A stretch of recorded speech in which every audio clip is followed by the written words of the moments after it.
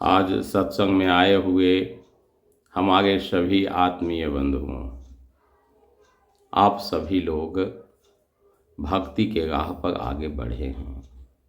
आप सभी लोग जानते हैं मनुष्य प्राणियों में श्रेष्ठ है।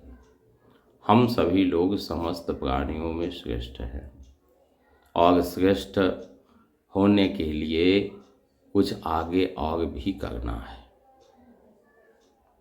हमारा शास्त्र कहता है जन्मना जायते शूद्र, जन्म से प्रत्येक व्यक्ति शूद्र ही होता है। मतलब जन्म से शरीर से छोटा होता है, ज्ञान बुद्धि नहीं होता है, केवल मनुष्य का शरीर मिलता है। अब इसके बाद हमें और क्या करना है? तो कहता है संस्कारात द्विज उच्यते, संस्कार से व्यक्ति द्विज बनता है। वेदाभ्यास भवेद विप्रो, और वेदों के अभ्यास करने पर विप्र बनता है। ब्रह्म जानाति ब्राह्मणः, और जब ब्रह्म को जान लेता है, उस परमात्म तत्व को जान लेता है, तो ब्राह्मण बनता है। अर्थात परमात्मा ने मानव तो बना दिया, अब हमें अपने संस्कार बनाने हैं, और संस्कार बनाने के लिए हमें गुणों का समावेश होना चाहिए। गुणों के समावेश होने के लिए हमको अच्छी संगति चाहिए, अच्छा ज्ञान चाहिए, तभी हम उस रास्ते पर चल करके संस्कारी बनेंगे। इसलिए बुरे संगतियों का परित्याग करके अच्छे संगति ग्रहण करना चाहिए, और हमें अपने गुण, कर्म, व्यवहार तीनों को ठीक करना चाहिए। हमारा व्यवहार कैसा हो दूसरे के प्रति, ठीक वही व्यवहार हमें दूसरे के प्रति करना चाहिए जैसा व्यवहार की आशा आप किसी और व्यक्ति से करते हैं। तो सबके साथ हमारा व्यवहार अच्छा हो। अच्छे व्यक्तियों के साथ तो अच्छा व्यवहार बहुत आवश्यक है, और हम अपने विचारों के द्वारा एक दूसरे को प्रसन्नता दे सकें, तो हमारा विचार ऐसा होना चाहिए। हम बेकार की बातों में नहीं उलझें। हम समस्त मनुष्य को, समस्त प्राणियों को अपनत्व की दृष्टि से देखें। जब हम किसी जीव के प्रति व्यवहार करते हैं तो हमें हमेशा स्मरण होना चाहिए, जिस प्रकार की जिंदगी परमात्मा ने हमें दिया है, सामने वाला को भी वही जिंदगी प्राप्त हुआ है, और इसलिए सब के सब उसी परमात्मा के संतान हैं।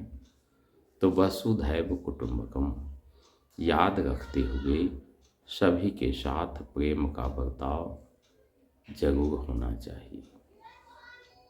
हम अपने व्यवहार से व्यक्ति को खुश रख सकें।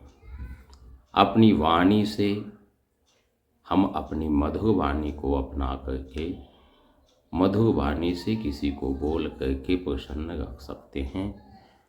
हमें तुच्छ विचारों का त्याग करके अपने वाणी में मधुरता लाना चाहिए, और मधुर वाणी सबको प्रिय होती है, आपको भी प्रिय है। इसलिए सभी के साथ मधुर वचन बोलना चाहिए, और सभी के साथ अच्छे बर्ताव करने चाहिए। हमारा कर्म भी ठीक वैसे ही होना चाहिए, जैसा हमारा विचार है, जैसा हमारी वाणी है। कभी कभी आप देखते हैं कोई व्यक्ति सामने से बड़ा मधुर बोलता है, लेकिन उसके पीछे के कार्य, उसके पीछे की मंशा अच्छी नहीं होती है। तो मधुर बोलने के बाद भी उस व्यक्ति को हम अच्छा व्यक्ति नहीं कहते। तो हमारा व्यवहार कैसा है, हमारा कार्य कैसा है, यह भी देखा जाता है।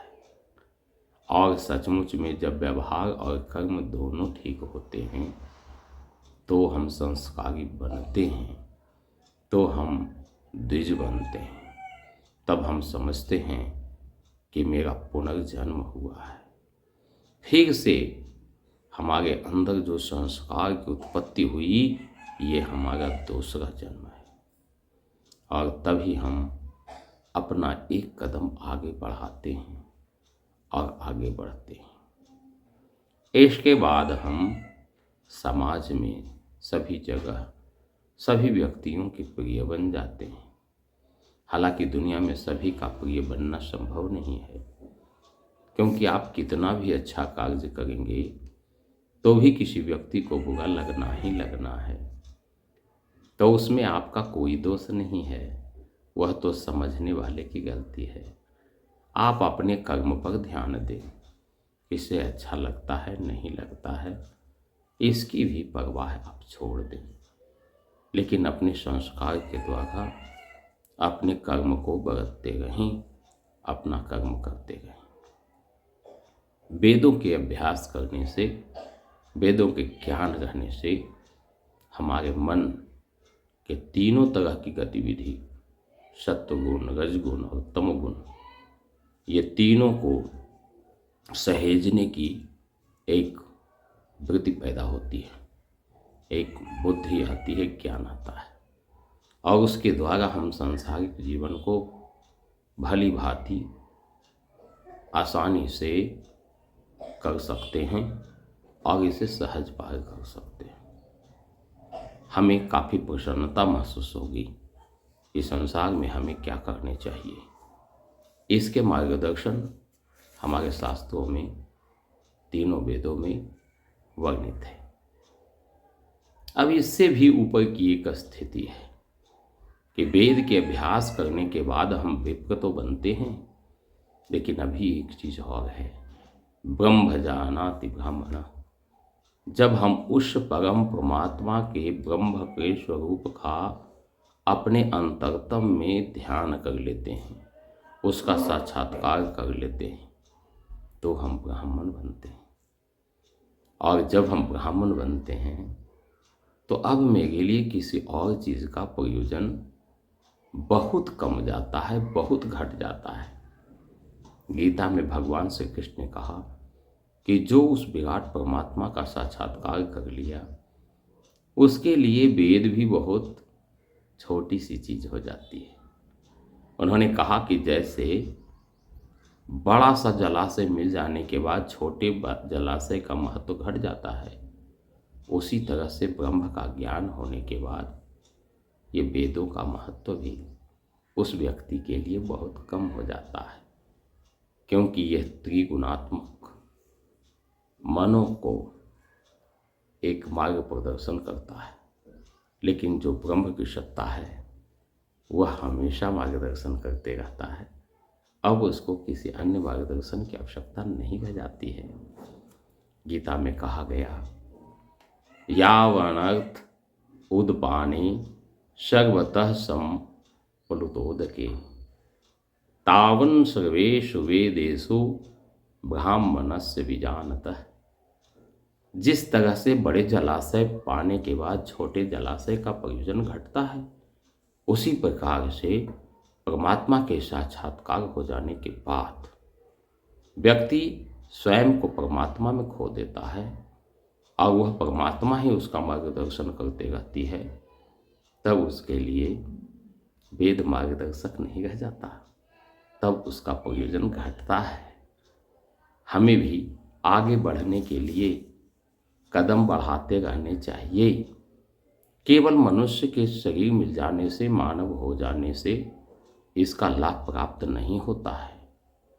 हमें मानव का संस्कार हमारे अंदर होना चाहिए, और मानव के संस्कार ही हमें सिखाता है संसार में कोई बड़ा कोई छोटा नहीं है, कोई ऊंचा कोई नीचा नहीं है, सब के अंदर वही परमात्मा निवास करता है। इसलिए एक ऐसी स्थिति में आओ जब तुमको लगे कि जो सब में है वही मुझ में है, और जो मुझ में है वही सब में है। तभी आप इस आत्म तत्व के साक्षात्कार करने के योग्य बनेंगे, और जब इसका साक्षात्कार करेंगे तो परम आनंद की प्राप्ति होगी, जीवन लक्ष्य की प्राप्ति होगी। मैं कामना करता हूँ आप सभी लोगों को इस पथ पर आगे बढ़ने का सौभाग्य प्राप्त हो और आप स्वयं भी इस पथ पर आगे बढ़ना चाहें। सचमुच में तभी मानव जीवन का वास्तविक लाभ प्राप्त होगा। धन्यवाद।